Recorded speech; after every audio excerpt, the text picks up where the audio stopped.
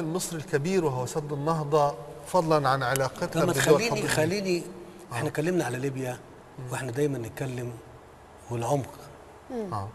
يعني السودان، الجزائر وكانت تصريحات في تصريحات نسبت لحضرتك. يعني انا بقول لهم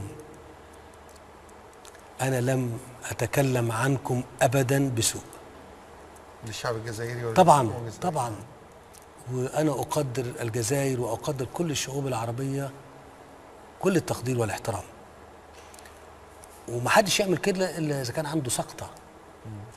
وانا ما فيش ما يدعوني ابدا ان انا يعني ليه اعمل كده.